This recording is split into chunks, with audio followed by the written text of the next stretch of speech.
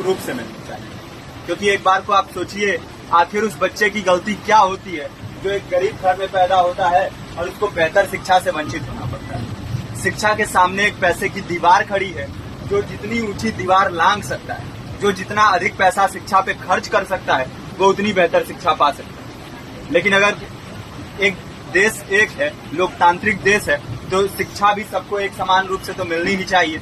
आज परिस्थिति ये है कि एक तरफ तो प्राइवेट स्कूल हैं जो लूट के अड्डे बने हुए हैं, वहां पे आप एडमिशन कराने जाएंगे तो सिर्फ एडमिशन के नाम पे ही आपको 10,000 20,000 रुपए देना होगा।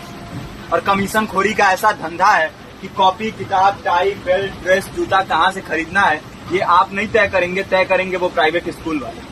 यानी आम लोगों की मेहनत की आखिरी कौड़ी उनके जेब से वसूल लेना चाहते हैं। और दूसरी तरफ सरकारी स्कूलों में न तो पर्याप्त टीचर है, न पर्याप्त बिल्डिंगे हैं। 2019 का ही ये पुराना आंकड़ा है कि हर 100 में से 52 स्कूलों में या तो एक टीचर है या 2 टीचर हैं। और उन्हीं टीचरों के ऊपर जिम्मेदारी थोप दी जाती है कि जनगणना करो, मतगणना करो, पशु गणना करो, तमाम काम करवाए जाते हैं। और 19 के बाद से तब से कितने टीचर रिटायर हुए होंगे और 18 के बाद से कोई टीचर की वैकेंसी भी नहीं होगी। आप खुद भी सोच सकते हैं ये परिस्थिति और कितनी बिगड़ी होगी। इसीलिए हम लोग ये मांग उठा रहे हैं, चाहे कोई राष्ट्रपति का बच्चा हो या किसी मजदूर का, सबको शिक्षा एक समान मिलनी चाहिए और निःशुल्क रूप से मिलनी चाहिए। प्रेमचंद ने अपने दौर में भी कहा था कि एक सभ्य समाज में ऊंची से ऊंची तालीम मुफ्त होनी चाहिए और इसका पूरा खर्च गवर्नमेंट को उठाना चाहिए, क्योंकि हमारे देश को फौज से ज्यादा आवश्यकता तालीम की है। और शिक्षा से जुड़ता हुआ ही दूसरा मुद्दा हम लोग उठा रहे हैं। दूसरा मुद्दा है रोजगार का। रोजगार की परिस्थिति ये है कि आज सरकारी सेक्टर हो या प्राइवेट, सब कुछ ठेका संविदा के हवाले किया जा रहा है। परमानेंट नौकरियां लगातार घटाई जा रही है। इसी रेलवे में 1995 के आसपास लगभग 18.5 लाख कर्मचारी काम करते थे, लेकिन आज उनकी संख्या 12 लाख थी। आप खुद भी सोच सकते हैं कितने बड़े पैमाने पे परमानेंट पदों को घटाया जा रहा है। और आज आलम ये है, एक तरफ लाखों पद खाली पड़े हैं, फिर भी कोई वैकेंसी नहीं निकलती। जो वैकेंसियां निकलती हैं उनमें भ्रष्टाचार होता है, पेपर लीक हो जाते हैं। RO, UP police, BPSC, SSC, CGL, ऐसे तमाम पेपर लीक हो चुके हैं, आप लोग भी जानते ही।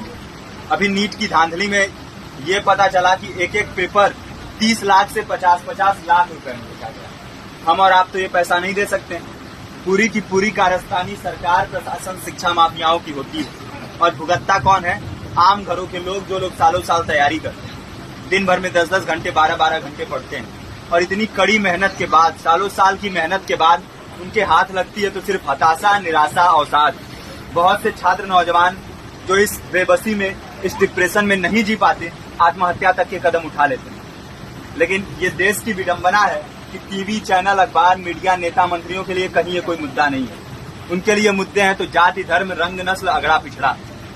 आज जब पूरी परिस्थिति इतनी भयावह है तो ये जरूरी है कि लोगों के बीच में जाया जाए, लोगों को संगठित किया जाए और एकजुट किया जाए। क्योंकि आज अगर अपने मुद्दों पर बोलेंगे नहीं तो कल को ये परिस्थिति और बिगड़ेगी। हो सकता है ले दे के अपनी जिंदगी तो हम लोग काट ले जाएं, लेकिन आने वाली पीढ़ियों को क्या भविष्य देके जाएंगे, ये भी सोचने वाली बात है। हमारे साथी ने आपको पर्चा दिया है, पर्चा आप तक पहुंच गया है। पर्चे में और भी बातें हैं, इसको पूरा विस्तार से पढ़िए। पर्चे में हमारा नंबर है, संपर्क कीजिए।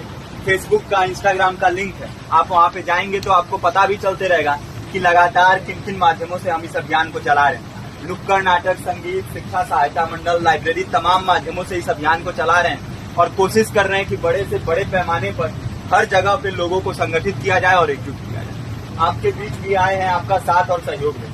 साथ इस रूप में कि आप भी हमारे इस कारवां और इस मुहिम से जुड़िए